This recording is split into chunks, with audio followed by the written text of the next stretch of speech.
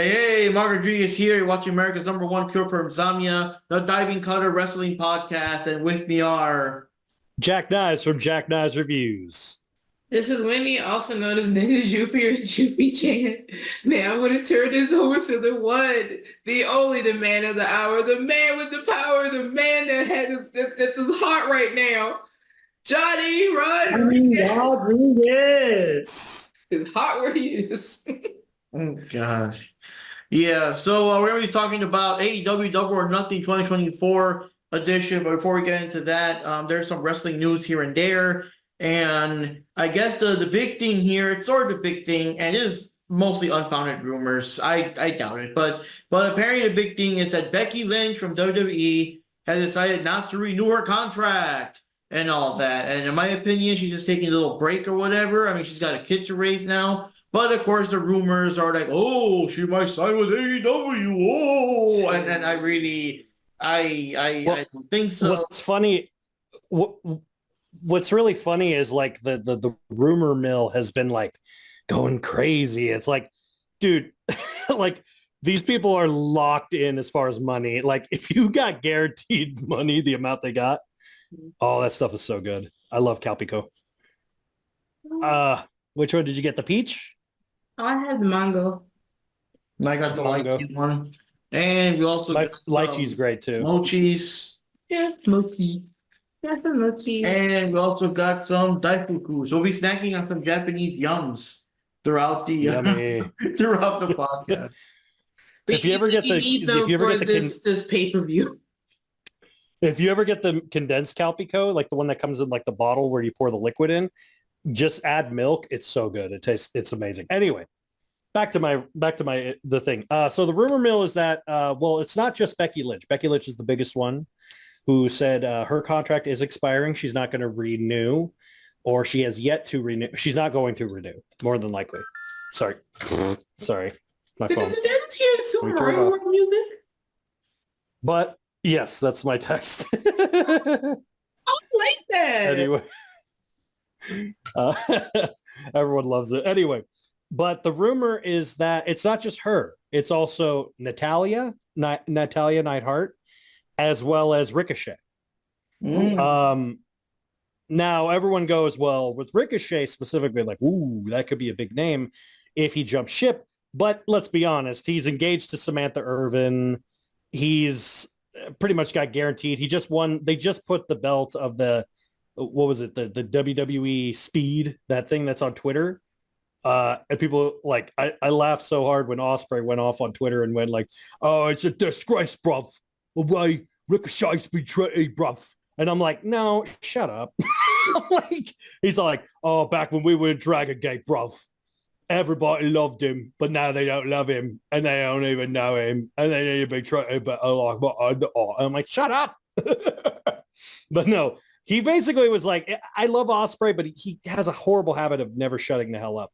But it's so funny because literally everyone said that just his WWE Speed matches have had a better viewership than Dynamite lately.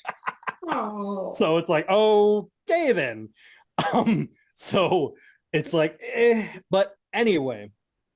So yeah, the rumor is that that Becky, Natalia, and Ricochet their contracts are expiring, and now it's like, ooh, are we going to see Rebecca Quinn debuting on AEW? I'm like, no. Rebecca Quinn is all elite. Yeah, Rebecca Quinn's all elite. Yeah, it's like, what's Tyler Black doing here? And then we go, yeah, I'm like, no, come on, man. Dude, I'm like, Tyler Black and John Moxley teaming up, like. Well, what is Roman Reigns' real name? They would call themselves what? They would call themselves the Guard. There you go. Call themselves the Shield. It's like, what's the Roman Reigns' real name? Isn't it Joe something? It's Joe Anawahi. I know. That's all. Yeah, there you go. Hey, what are Joe Anawahi and Tyler Black doing here? They're teaming up with John Moxley. They're calling themselves the Guard, or the Protection or something. You know what I mean? Like, It's like, the protection. There you go. The safeguard. And they all we do, are the safeguard. They'll do it. They'll all do they'll do the stupid thing too. They probably would. The thing is that No, they'd have to change it. So they'd probably have to change it so they'd all point, like finger. Yeah, they just like, you know, it's like they copy your homework, but don't make it too obvious. Exactly. But that's the big rumor. But it's not happening. Like, it's really not happening. I mean, they just signed. I mean, there would be no gain for her in the long run. I think more than likely, what's going to happen is that she's going to take a long-awaited hiatus, because the people forget she is injured. Her husband Seth is injured. She probably wants more time at home. Yeah. So it's like, it's just that with Natalya, it's kind of like, for me, like with Natalya, I have a theory. I have a feeling that what's going to happen is like building off that thing I told you about with which everyone is talking about how the shock of all shocks of Jordynne Grace, the TNA current Knockouts champion, showing up to NXT, challenging Roxanne Perez, the NXT Women's Champion, and going to fight her at a pay-per-view is huge, because like that would not ever happen. And everyone goes, well, what about Royal Rumble? Showing up for a one spot at a Royal Rumble is not the same thing as main eventing a pay-per-view on a rival brand. And it's not the same like Forbidden Door. With Forbidden Door, they have a working relationship with New Japan. This is from what the sources I've been seeing, this is basically like a make or break situation of like, if this ends up being as big as they want it to be, that this will basically create a branch divide between WWE and TNA. And they're already planting the seeds for that now, as not only has Drew McIntyre called out Moose, the current TNA world champion. He literally was like, so you're saying the door swings both ways, and photoshopped himself with the TNA belt. And Moose responded with, I've been watching you, Drew. You're a man of your own hubris. You fall by your own sword, and you've been beaten by broken men. You have no chance against me. And then underneath it had Joe Hendry, because him and Joe Hendry had a rivalry years ago. And he had a makeshift mask of Drew McIntyre's face, and he was doing that call me, like, that song, Hello from the Other Side, that song by Adele. He did that with Drew McIntyre, and then it had that picture from it. And Joe Hendry's like, Drew, finish the story. Oh, but it's like, but I'm saying, but the cool thing is it's opening gateways and opening doorways, and I'm happy that it's allowing that to happen, because it would have never happened in the Vince era. Yeah, because that's not so. Yeah, right. Exactly. AJ Styles, but, I mean, ever like, wrestler before he joined WWE, Right. And it's like, it's never going to happen. Like, so I think what's going to happen is, like I said, Natalya and Ricochet aren't going to renew their contract anytime soon, because what's going to happen is they're going to do a couple shows for TNA as WWE talent. You see what I'm saying? Like, they kind of play them under the table kind of thing. Mm-hmm. That's my theory anyway, but who knows? Now, the other thing is that now there's rumors that Tony Khan is trying to see if they can make AEW Dynamite 3 hours. And I'm kind of like, I don't know. Well, it's just too much wrestling. And then 1 week, I think the only way it would work is to cancel Rampage and just keep Collision and make it maybe 3 hours of Dynamite and keep Collision for 2 hours and get rid of Rampage, because it's just too much. Mm-hmm. Well, here's the problem from all of the sources that I've been watching and reading and paying attention to. The WBD deal that Khan had originated with Warner Brothers Discovery. That's WBD. They originally wanted them to be on their streaming platform for Dynamite, to kind of rival NXT or rival TNA or rival Netflix, which is going to have WWE. And then what is it? Sometime next year, you also have NXT is going to be on the CW. So they have that app. They have a lot of other things. But apparently the reason the deal kept falling through is because they just want Dynamite. They wanted Collision when it was the show designed for Punk, but then they fired Punk. And now they just want Dynamite. But what's happening is Khan is trying to sell. It's like, okay, it's hard to explain. Imagine going to a garage sale and you see an item you really, really want. And you go, hey, how much for this item? And the guy will not give you a set. You go, hey, how about I give you like $10 for it?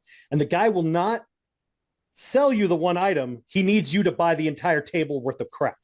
And you're like, I don't want the entire table. I just want the one thing. And he goes, no. In fact, now you got to pay me double. And it's like, you know what? I just don't want the thing. And he goes, well, hang on. That's essentially what Khan is doing because they just want Dynamite. Just Dynamite alone. And Khan is like, well, we'll only take it if it's Dynamite and Rampage and Collision and Ring of Honor and the Ring of Honor library. You have to take it all or nothing. And everyone, and it's worth XY billions. I know because my friend works at Forbes. I'm like, and WBD's like, we don't want all that crap. We just want Dynamite. That's essentially it's Khan shooting himself in the foot. You know, I really want, this is what I would want. I really wish Ring of Honor had a television spot. Because I don't know, I kind of like the Ring of Honor stuff. But I do too. I just really wish, I mean, I don't know, ditch Rampage and put Ring of Honor in its place or something. I just wish it was more like that. Or it wouldn't have been Rampage to begin with. It just would have just put Ring of Honor there. It probably still a bad slot, but I don't know. They should have made Ring of Honor was somewhere. They should have made, which is what I thought they were going to do when they bought Ring of Honor, which is essentially going to be make Ring of Honor its own separate brand, and then kind of have like a kind of crossover on occasion, kind of what they do with relating it to WWE, kind of like what they do with NXT, like make it its own kind of thing. Solid over here and then Dynamite over here and then eventually they could do crossover shows. Like that would be cool. If you did it that way, I think it would work better. Because Ring of Honor actually has more storylines going on in there, and then somehow they put 3 or so women's matches in there while AEW struggles to find at least one, Yeah, because you know who's in charge of booking. Here. We're going to put you in a match in action or whatever. Come on out. We got to fill up the time. I'll tell you exactly why Ring of Honor is working is compared to Dynamite. Who books Dynamite? Tony Khan and the Bucks. Who books Ring of Honor? Christopher Daniels. Like you have a guy who understands wrestling better than anyone. Who knows what the fans want to see. He follows along with the storylines and he gives people input. Like there's better storyline too. Huh?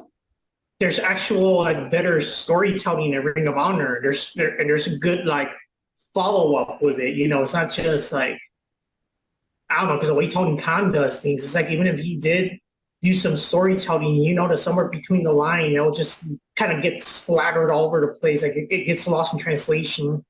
That's a good way. It's funny how, it's funny how no one questioned him about Ospreay doing a move so devastating to Bryan Danielson that he was essentially having a seizure in the middle of the ring. And then, you know what? Let's bring him back 2 weeks from now. No one thought that was a bad idea. No one thought that was a bad idea. This is beyond me. So yeah, I got to meet Samoa Joe at Ontario Comic Revolution. So it was really cool. He signed my TNA flag. He signed my Ring of Honor original flag. And he actually, when he signed it, it was the original logo. And he signed it. I said, yep, it's the original logo, man. It's just like when you were wrestling. He's like, yeah, back when it was good. Did you guys meet anyone else, or mostly Joe? Because I know those are kind of. Lita was there, or Amy Dumas. Lita was there. Trish Stratus was there, but their lines were way too long. I also met the creators of the X-Men animated series, the original X-Men animated series, and the current showrunners of the X-Men 97. I also have I bought a copy of the first page of the first pilot episode of the X-Men 97, and it's signed by them. I also had they wrote a book about how they created the X-Men animated series and how no one wanted it, called Previously on X-Men. That's the name of the book. I met several comic book creators. I met John DiMaggio. I didn't get a photo with him, but I got to meet John DiMaggio. He was really cool. I got to meet who else did I meet? There was a bunch of celebrities there. A bunch of different people I got to meet there. So it was really cool.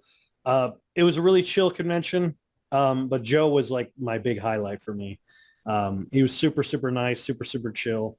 But yeah, Post all the pictures and I'll have them playing as you're describing, even if they're not wrestling related, you know. Yeah, for sure. I'll post the pictures of the stuff I got signed, and then I also did go to Resurgence. So that was New Japan's big show. That was here in the biggest show they did in stateside. It was it was almost a completely packed crowd, but it was it was huge. It was fun. It was a lot of great fun. My friend had never been to a wrestling event, so she got to go with me and her sister and my bro. And it was just a lot of, it was tons of fun until the Bucks showed up, but everything else was great. That's pretty much what I've been doing the past month. So it's been, just traveling around, going around, trying to enjoy meeting these wrestlers. I was going to go to a Swerve Strickland signing, but it was really out of the way for me, and just money wise, I just couldn't afford it. But maybe next time. We got Jack Knives going around town collecting wrestler autographs and stuff like they're like Infinity Stones, like. Yeah.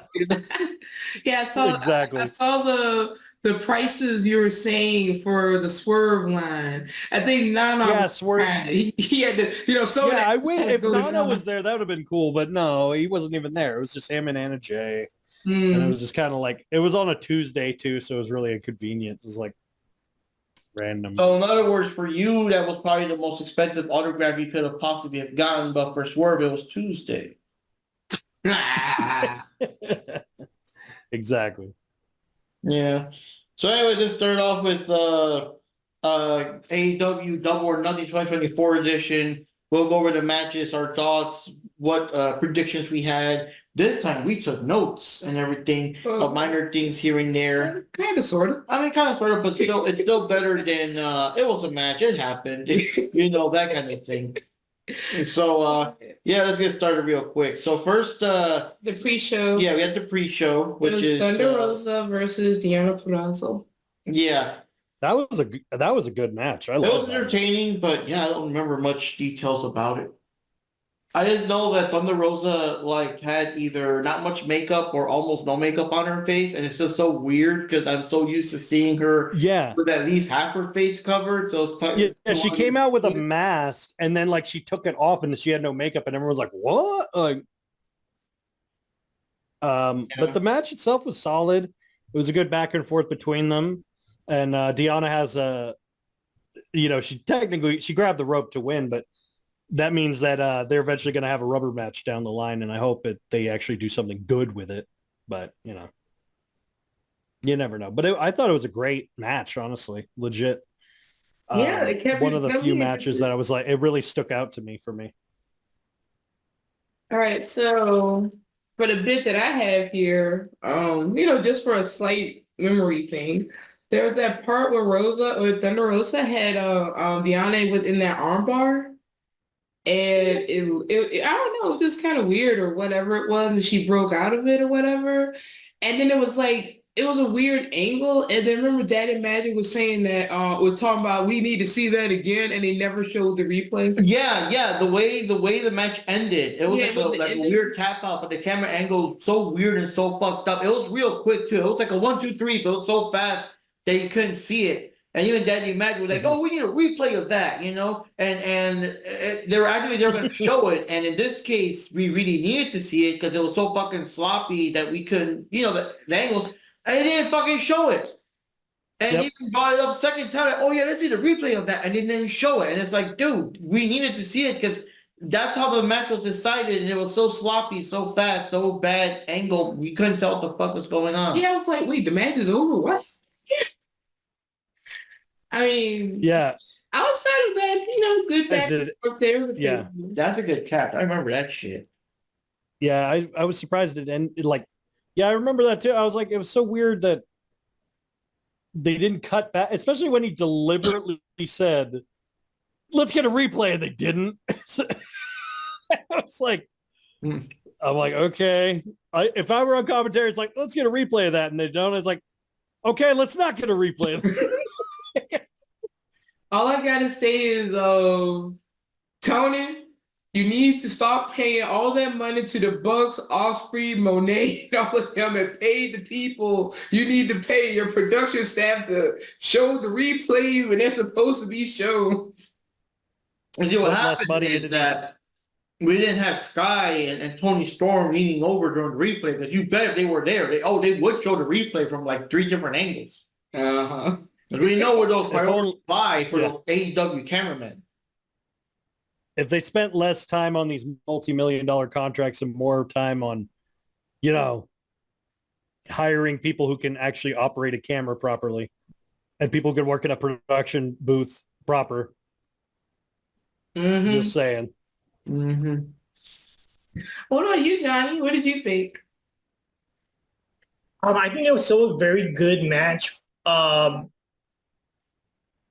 But again, like the way it ended so weird. Like the camera angle was so choppy or whatever. You couldn't really see what was going on at the end, you know. And I don't know why, but I feel I don't know if it's just me, but I felt like since Thunder Rosa have come back, like I feel like she's kind of like not her personally, but they're treating her kind of like she's just there, just to be there.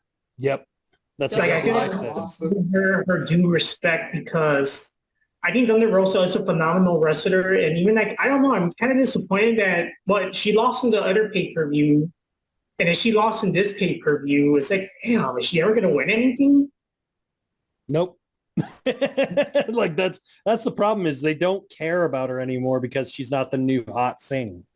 And it's irritating because literally like they could have built a whole like 7-8 month feud off of, you know, Rosa and Tony Storm's history just in AEW. I mean, they have a whole history together of like, I was the champ and then you were the interim champ and then, you know, all that. They could have built off of that and gone like, you know, you never beat me for the belt. I never beat you for the belt. You know, it shouldn't like I should be, you know, do something like that. Like that would be cool. Mm. But that's just my thoughts. Well, so for this match, the only one to get this right. Wait, who won? No, I'm sorry. Everybody went with Deanna except for poor Johnny. Johnny went for Thunder Rosa.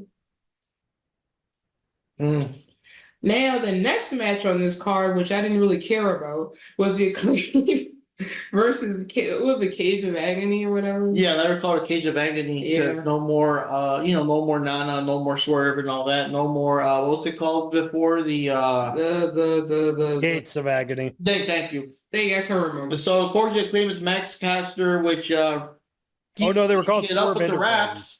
Sorry. What I gotta say. They were called Swerve Enterprises. That was what it was. He loves to sing about penises lately. Yeah. And Anthony Bowens and Daddy S. And of course, the Gates of Agony are now, I guess, led by Brian Cage, Toa Leona, and Bishop Khan. And yeah, the Acclaimed won. But, you know, decent match, interesting match here and there. Cage got to do his thing. They all did their thing here and there. But, yeah.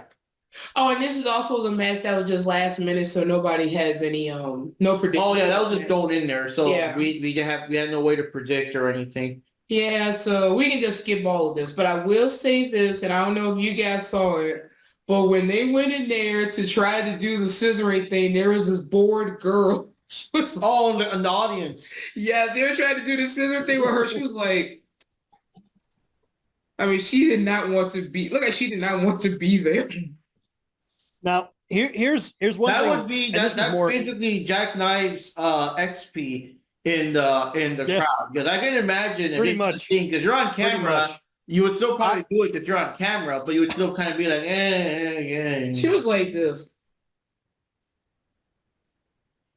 I would. Here's the thing. I had two things I'm going to say about the Acclaim. First of all, anytime, and that's almost now at a point where I'm like, it's almost like a ding bell in my head. Anytime I hear him go, yo, listen, I literally leave the room. I leave the room to do whatever until I hear the ding, ding, ding. Then I come back. Oh, so you missed the whole part where Max was in the background of cave doing a certain kind of motion that was very inappropriate. No, I don't. Yeah. yeah. So But it's the like, other- it's bad enough that Max Caster is singing about like dicks and stuff like that, but you got a part where Brian Cage is like posing, and behind him Max Caster talk or whatever. So Oh, I it's saw like, that. wow, I you saw that guys, later. it's like every time he I does saw that, that I'm like, later. I thought I'm like- Anthony Bowen was the gay one, but I might be wrong. Yeah, it's I'm thinking getting that- it's getting creepier, and that's what I made that joke about. When we talked about that, I literally said, "Well, remember, Anthony Bowen is living a lie because he is Bobby Lashley's sister in real life. We all know that." Oh, God. But Look it up. I'm Anyway, starting to but the think other thing that, I was of gonna course, say- not that there's anything wrong with it or anything out there, but I'm just Right. No, saying, no, you know, no. I think Max It's Caster just- it's- is starting to dabble. Homoerotic. It's unnecessarily homoerotic. Like Yeah, even I'm Dalton thinking, Castle would be like, like. I'm thinking in his spare time, Max Caster is starting to dabble in things, or things are dabbling in him. I don't know. I don't just wanna, but yeah. Right, Johnny, do you want to say something? Okay, Max Caster, I don't know. I think he's in the closet. I don't know. Either way, I gotta be. or trying to get out of the closet. But either ways, I honestly don't really remember this match at all. That to be honest, Yeah, no word. and it's There's just like one it's thing- just there anyways. There's one thing But I that do remember the bugs boring me. girl in the audience, the boring lady in the audience. She's just like that. Like what the fuck? Yeah, that's what I There's think one about thing the that. Sorry. There's one thing that bugs me, and this is both as a person from Vegas, and I don't get what the point of it was. The first question is, why was the mascot for the Golden Knights helping the Acclaimed? Oh yeah, that too. Oh, And the second question I have is, why in crikey fuck is the Golden Knights mascot a fucking dinosaur? That's a better question. And I'm a fan of the Golden Knights, but I had no idea their mascot was a fucking dinosaur. And I was like, oh yeah, that's Rex, the Golden Knights mascot. I'm like, what? I've seen their mascot. It's literally a gladiator. What the fuck does a dinosaur have to do with knights? how did you forget about all of that till you said it? yeah. Yeah. The dinosaur. I'm like, I never thought in a billion years I would visually in a wrestling ring see a dinosaur in a hockey jersey doing a scissor motion with Billy Gunn. Like that. What the hell is this anymore? Now, is that more random than RoboCop helping Sting? No, that's not more random than RoboCop, because at least they built that up with a stupid movie. RoboCop makes more sense. It does. It That's does. sad. That's sad. This makes more sense than this makes more sense than when Chucky faced Rick Steiner. Goodbye. Actual thing that happened. Goodbye. Sorry, I'm out. Goodbye. Or you say? Anyway, So anyways, but like I that's said, the only thing I that remember was about my it. I goal. just couldn't remember it because literally the dinosaur helped him win. So we're gonna pretend this match never happened, right? Okay, good. Okay, because after this match, we get into the real pay-per-view. We start off with our opening match, which in my opinion should have been later on the card. Kinda. Okay, the Ospreay versus Roger Strong match. With Matt Taven and Mike Bennett in the background. And one of the things a lot of people say was the match of the night. It was very high speed, lots of cool moves and stuff. They nearly killed or permanently crippled Ospreay in the That first couple of minutes of the stood match. out so much. I was like, whoa. Okay, that had to be a botch. That had to be a botch. That's the Yeah, only thing I'm saying. It had to be a botch. Taven and the other Bennett and Taven just kind of they interfered while the ref was busy. They tried to do what looked like a doomsday device on him off the ring or something. Allow me like to the way demonstrate Ospreay landed with was my- so horrible. Mm-hmm. Allow me to demonstrate with my Naito exactly what they did wrong. Okay. Okay, so when you take a move outside, you're on the shoulders. Whenever you fall, it doesn't matter what ring you're in, match you're in, whatever. When you fall, you always, and they teach you this wrestling school day one, you fall the direction. Your whole body goes the direction. What happened is Ospreay took the move, went backwards, and mid-fall tucked his neck and landed on his neck. Yeah. It's like, If he had fallen with it, which is what they teach you, fall with it. Always fall with it. Always never hesitate midair, especially midair. But if he had fallen with it, he would have landed face first and maybe hurt his cheek or maybe hurt his nose. But it beats the alternative of a broken neck, which he doesn't have yet. But it's an unnecessary fall that he took, and he should know better, having been in the dojo system. But it was a good match though. I enjoyed it. I thought it was pretty good. but that one spot was just scary. spot. And I hate the fact it kind of overshadowed other parts of the match. I just kept looking at, is he going to be okay? Is he going to be able to finish the match? That was pretty much my thought process during the whole thing when I saw that botch. Yeah, same here. It was hard to enjoy it because you were concerned for his neck. Mm-hmm. Yeah. But the rest of the match went on fine. He didn't do any or anything during the match with his neck or anything.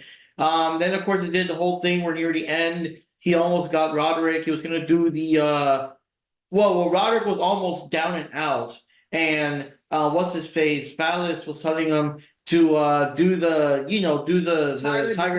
tiger driver that Ospreay has swore to never do again or whatever. So he was gonna do it. He hesitates too much because But remember with Don Callis telling him that though, right? But he was like, but you know how Ospreay was all like, no, I don't want, he might, you don't want to hurt him, he might send him to the hospital. Don was like, he gonna go to the hospital anyway, do it.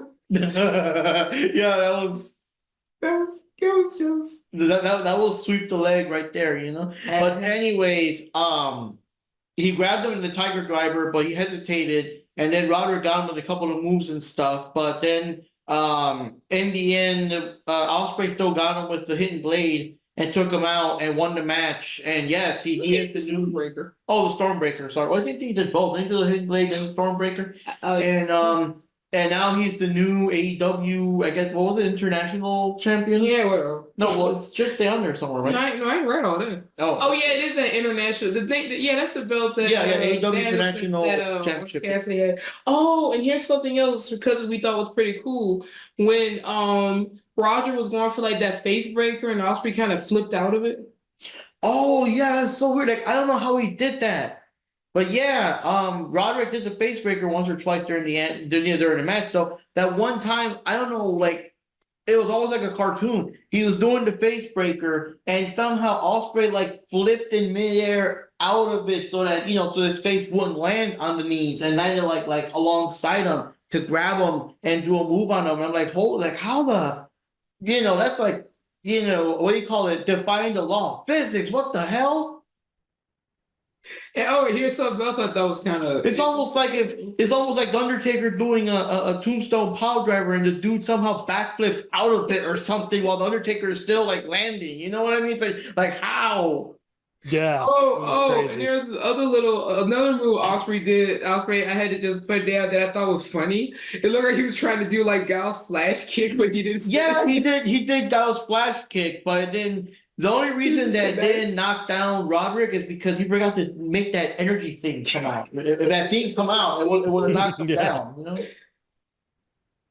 Because I thought That was a Roderick good match. It was a great match, though. Match. Minus Look at that. the botch and the interference, but it was a great match. Yeah, I thought it was cool. What about you, Johnny? What did you think of this crazy fast-paced match? I mean, Roderick is really good in the ring. You could find some useful to do with him. Oh, you know what happened is that Osprey forgot to yell out flash kick. And that's why it didn't connect. Okay. I thought that the match was very well intense, and Roderick, like I don't really know too much about him, but he was still trying to fight Will Ospreay, you know, like he's fighting. Well, Johnny, you know Roderick Strong is. Remember? Adam, that time. Oh, that okay. But either way, so it was also a very good, long, intense match. Ospreay shows why, at least like one of the few good things Tony Khan has done lately, that he shows why he actually belongs in AEW, despite AEW being a hot mess. But he's kind of like the saving grace at this point for AEW in certain aspects, because boy, did they needed a wrestler like him.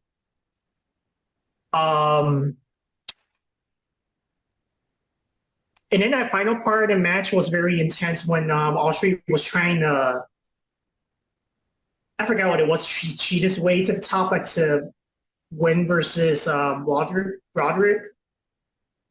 But then he's like, no, I can't do it, blah, blah, blah. And then I like, whatever. Like, he did the other move instead. And yeah. But also a good match. It was still a very good, intense match. Hopefully he's okay. He's not too injured. Because, Tony Khan doesn't really care about the wrestlers. He doesn't care if they get really injured really badly. He doesn't care that they'll be off, the roster for a few months or over a year because of how badly their injuries tend to be. So, yeah, it was still a good match. The only thing I want to ask Jack real quick before he goes into his thoughts is that what is the thing that keeps the Naito doll like on your shoulder? Is that Velcro, or how is he attached to your shoulder? Oh, it's a magnet. So they've been doing these now. Yeah, so like basically it's a little strap magnet. See a little string? I don't know if you can see on the camera. It's like a string and a little strap magnet. And then what you do is you just put it under your shirt collar in the corner, and then just hold on. There we go. And there's a magnet underneath them. So yeah, they've been doing these. They've been replicating them ever since Disneyland started doing them, because they now have these ones. They call them shoulder buddies, and they started doing them with their Ratatouille dolls. Yeah, they had one for Naito, Shota Umino. Forgot the other one. There was like two other ones. Kenta was the other one. And then Ace was the fourth one. But I wanted Naito because I love Naito. It's tranquilo. Also, yeah. I love my little Naito buddy. I'm just going to put him down for now, though. Okay, so your thoughts on the match, Jack? Oh, sorry. No, I thought it was a solid match. I thought it was a well-paced opening of the show. Problem was, I think, like Wendy said, it should have been later down the card. It was way too soon of a match to have for the opener. It was too good of a match to have as the opener. I would have rather than put Cassidy and Beretta first, and then like maybe one other match and then this match. It would have made more sense. But it was it was a great match. It was a really fantastic, well-paced match. And yeah, it's pretty much all you can say about it. It was just a well-paced match. You had two of the best of their respective dojos. Roderick is a Ring of Honor original. Ospreay's a Rev Pro / New Japan original, and their styles mashed perfectly well together. Mm-hmm. I liked it because Roderick is more of a strong style, but he's a great like power hitter for how he wrestles. But yeah, I love their styles. I think they worked really well together, and that's pretty much it. It was just a great match, really. No notes. Other than the injury spot. Other than that, everything else was great. That was scary though. I really thought like, oh, like Tony Khan with all this money and he already broke his new toy. Literally broke his new toy. Like, ooh, like, I can imagine. I was thinking, ooh, Jack's not gonna be happy if Ospreay got crippled so quick. I was so irritated because I'm like, God damn it, Will, already? Because he did the same fucking shit when he fought Takeshita. Takeshita, he fought him, and he did that spot, and he injured his back. He got that cut across his spine, remember? Yeah. He got cut across his lower back. And I'm like, look, I love Ospreay, but he's a dumbass. He has injured himself more than almost any other main star, to the point where I get so irritated. I'm like, man, are you trying to out injure Randy Orton? Is that what's happening? like that's what it feels like. Because like every major injury, with the exception of the one of his intestines, besides that one, all of his major injuries have been from himself. He broke his own neck doing a Spanish fly. He injured his wrist doing a bad move. He hurt his back in the Takeshita match. He hurt his neck doing this match. And I'm like, are you ever playing this out in your head, like before you do a move, or you just go, fuck it? Like,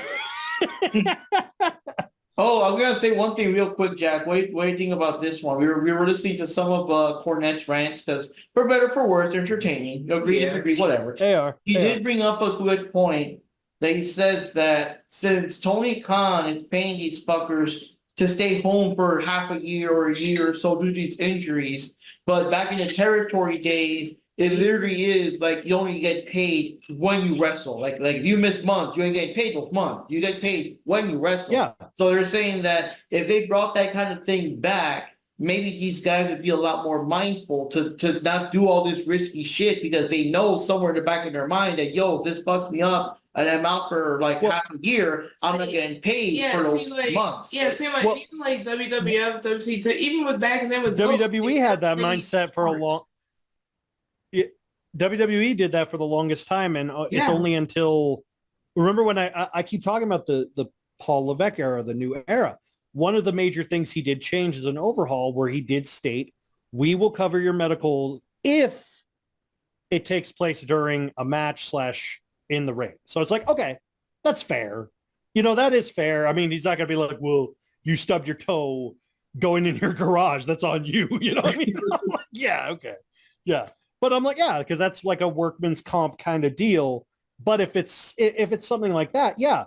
And that was one of the things that Cody was such a advocate for, was getting these guys health insurance. But I think a lot of them, it's like that joke.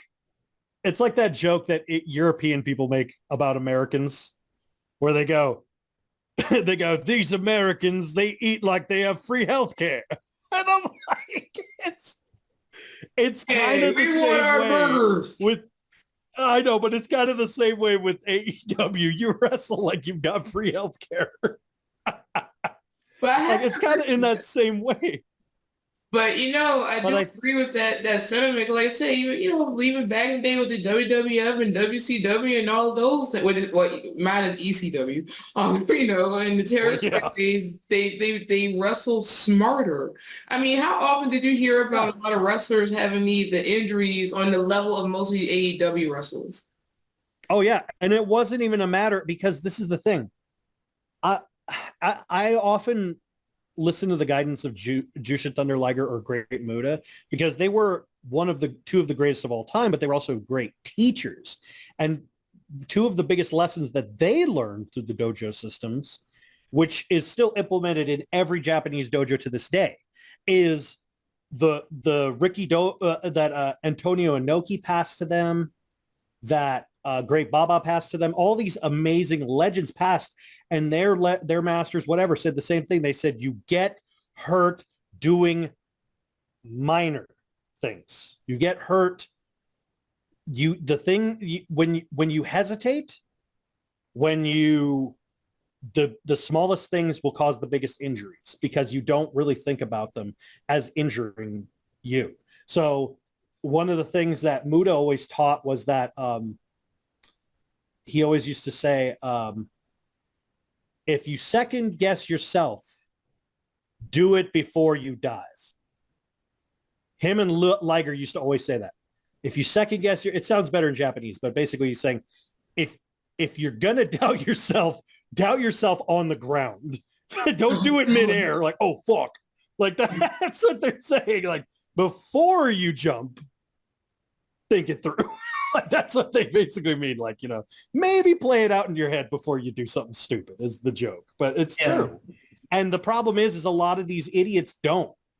A lot of these guys, I'm not trying to be a dick. I'm really not trying to be a dick when I say this. It's not just AEW. It's a lot of the younger wrestlers, because I see it all the time in the indies, and it pisses me off to no end, where their mind isn't, how am I going to do this move? Am I going to land this move? Am I going to do it safely? It's, this is going to look so cool. I'm like, who gives a shit? Yeah, but that's the thing, though, I'm Jack. Do you think that someone like, for example, Darby Allin, especially Darby Allin, like, do you think he would be doing so many weird, risky shit things if he knew for a fact that he was not going to get paid for the months that he's off TV until he gets better again? If Darby would do it regardless. Darby is an exception to the rule of that's true. Safety among numbers. He doesn't give a someone shit. else of these risky people.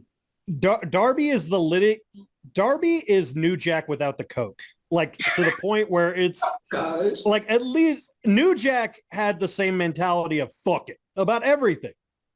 Like, and Darby has that mentality, but the difference is New Jack not only knew how to wrestle, New Jack didn't weigh he weighed more than a bag of paper towels. Like, like that's the problem, is like Darby, like the same way I said, like Europeans go, oh, Americans eat like they have free healthcare. Darby acts as though he has life insurance. He acts as though he's like, I need to do it in the ring so my kids can get to college. But he doesn't have any kids, and he doesn't even have a wife. So what's the point? Well, remember, he wanted to buy his father a house or something, so there was that, I think. I'm pretty sure I already bought that house. But now he's probably trying to jump over the house without any type of support. Well, it's like Wendy's thing. There's Tony Khan has a Darby Allin clone factory, and they just bring out a new one every. Yeah, that's what my thought process. Yes. Yeah. So the winner of this match was obviously Ospreay. New champ. Ospreay. Yeah, so now he's the new, the international AEW international champion. Yeah. See, they have too many belts in this place. Unfortunately, one of us does not get a point, and I'm looking right at him. Oh, I was the only one who went for Roderick Strong? Yeah. Oh, yeah, and that surprised me, too, because they're going with that storyline of, racking up all the belts, and they already lost one, so, right? But, of course, after that match was lost, Adam Cole came out, and then he was approached by... Oh, God, yes. So Adam Cole came out to talk a bunch of BS or whatever, and he still referenced the devil mask and all that, but then MJF came back into the building... Yeah. Like Jack pointed out, wearing a Triple H type jacket and stuff. But anyways, MJF is back. MJF, I guess they were gonna pretend hug and stuff, or like all this forgiven or whatever. But MJF picked him in the balls, and MJF is back in town. The original douche bag. I tried trusting someone, you let me down. I'm gonna trust no one no more. Original douchebag is back. And all that kind of crap. And of course, to the infamous, who is it? I don't need. Oh He yeah, said, I don't need no Vince McMahon. I don't need a Oh, New I don't Japan. need no I don't New need a Japan Vince or no McMahon. Vince McMahon. And Yeah. whatever. And of course, the famous MJF made MJF, I'm and not I'm like, going nowhere. no, MJF did not make MJF. MJF did not make MJF. $1 Million Man made MJF. Oh, that would be cool. Okay, anyway, yeah, so he's back and all that other stuff. And this is another reason why I was saying this match should have put on later. Because that segment right there kind of overshadowed some of the stuff that came after it. So, you know, you're like, oh wow, why did they do it so early? Because MJF don't like to work. So so they had to do it first so he can go home. I don't know. I liked it that he's back to his old bad self, and he looks more in shape and more ripped than ever. He seemed like he really got back in shape, and yeah, I'm just kind of wondering where they're gonna go with him. Like I'm kind of interested to see what he's gonna do next on the ring. MJF was listening to Jack Knives' concerns during the promo when he was saying like, no more brochachos, no more kangaroo kicks or whatever. It's like, hey, he's listening to Jack. He's watching the podcast. Yeah, even though I thought it was kind of funny, you know, at the beginning, even I was getting kind of sick of it. It was like, okay, this is getting ridiculous. Well, here's the problem with that whole thing. Here's the entire issue I have with this whole thing about MJF. First of all, there's two major factors. One, why in the fuck would Adam Cole go up to hug him? That's what I was when saying. he spent over a year trying to make his life a living hell and did this whole thing to orchestrate it. I'm not talking about like him as a person. I'm saying like as a storyline. Yeah. I don't understand it. And then second of all, this is a little minor note. It's funny that MJF had to copy two separate eras of two different images of Triple H with the infamous jacket of his 2002 return and his Nation of Domination blackface. So that was nice. That was a nice little trim. With this terrible spray. The jacket. It was the jacket that got me. There was the terrible spray tan too. The dude looked like he just got glazed. He looked like he just went out of a rotisserie oven. God. But look, they're in Las Vegas. He probably got sizzled up just walking into the building as hot as it is over there. But here's my thing. Okay. Here's the other thing. So so Adam Cole goes up to him, hugs him, kicks him in the balls. MJF essentially says, oh, we're done with the devil shit. Da, da, da. So my bigger question, what the fuck was the point of the story? Like, legitimately. There was never a conclusion. They just stopped it. Like, imagine you're reading a story. You're reading a storybook, and there's a lot of plot holes. There's a lot of issues. But you're waiting for a conclusion, and then halfway through the book, they say, fuck it, the end. And then there's like 18 pages left. You're going to be pissed, and you're going to want your money back. That's exactly what just happened. Yeah. And the icing on the cake, that the thing that became infamously hilarious online, the tattoo. Oh yeah, I forgot about that. Terrible tattoo. And I'm not saying, and I know people who are tattoo artists, they could have done a better job. And I showed them a picture. They said, that looks like dog shit. That looks like it was done in 10 minutes. And I'm like, wow. And the fact that it says AEW, bet on yourself. And I'm like, and the memes just poured in.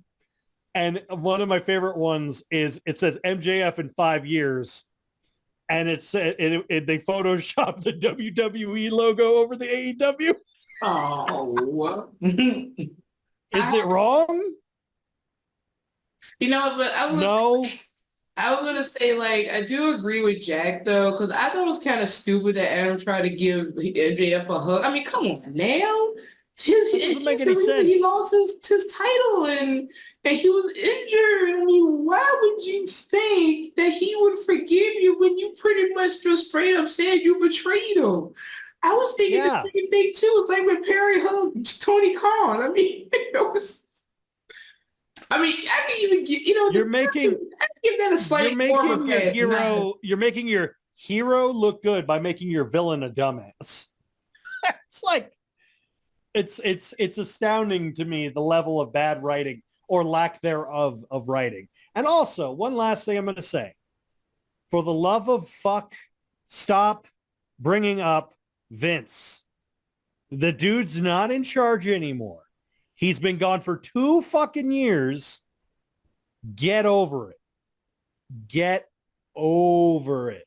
Make it like a jealous ex. And it's not a jealous ex thing. You're pining for your high school sweetheart who got married and had 4 kids, and you're like, there's still a chance. No, there isn't. Fuck off. Let it go. So Khan needs to listen when I say that. Let it go. They need to stop comparing. If you're going to bring up WWE as a whole, bring up some criticism that you actually can. If you actually want to critique and you want to poke fun at WWE, which I know gets them rock solid, but if you're really going to do that, watch the product and then make fun of the product. So you go like, oh, you got a guy over here who used to work here and a guy in a skirt's pissed off at him. Where here you're focused more on what's happening with me or, something stupid like that. You could literally bring up stuff like that. Because like even Johnny said, the storylines that are going in Ring of Honor are more interesting than anything on Dynamite because no one gives a shit about the storylines. And I'm not talking about the fans. I'm talking about the writers or lack thereof. They don't care. And the proof is in the fact that MJF comes in and everyone's like, yay, he's back. Okay, anyway, moving on. Like that's that should have been a big moment. It was a nice little high, but it just made me still wonder where are they going to go with this? What can they do? What's the point if Adam is still technically not clear to do anything? So it should have been left for Dynamite. That whole segment. Think about it. It should have been left for Dynamite. That's true too, because like I said, you put this on a pay-per-view, not everybody's watching the pay-per-view, more people gonna be watching the weekly show. You don't have to pay for it, and then have MGM come back for that, and that probably would have given it some kind of a boost, even if the whole segment still don't make sense in some way because of plot holes. So yeah, that would have made more sense if done it on Dynamite. Yeah, because I was surprised because when he first came out, when Cole was talking, they played kind of like a hinting, like, oh, he's coming back, Yeah, see, that's what they should have done. Yeah, they should have just had. Yeah, they should have had it just stop there. And yeah, then that's it. And then the following week, what I would have done. The following week, what I would have done is I would have had Roderick Strong and the Kingdom or whatever the hell, United Kingdom or whatever the Undisputed Kingdom or whatever the fuck they're calling themselves. Have them come out, do a promo and and all this stuff. And then you know what you do? If you want to do stupid shit raining on the sky, like they did with the blood, which by the way is a Vince Russo thing that he did in WCW and it failed. Here's what you do. You have like them come down and then all of a sudden, come on out, you coward. We know you're back. We know. And then like all of a sudden from the rafters, all of his stupid ass scarves fall. Just, it would be dumb, but at least you double down on the dumb. No, that's good writing, bro. That's how you do it, bro. Bro, dude, bro. That was the thing. I used to think that you were exaggerating until I saw a Vince Russo podcast. The dude literally like breathes out the word bro every like third. That's what he does. Literally, someone even Cornette has said that. He's like, if you listen to Donkey Fucker for 5 minutes and you took a shot every time he said bro, you'd be dead. And I'm like, yeah, he's right. He sounds like right. He sounds like a teen, like he's trying to be a teenager. But he's like, what, in his 50s or something now? Yeah, bro. Yeah, he's in his, Anyway, like mid-50s.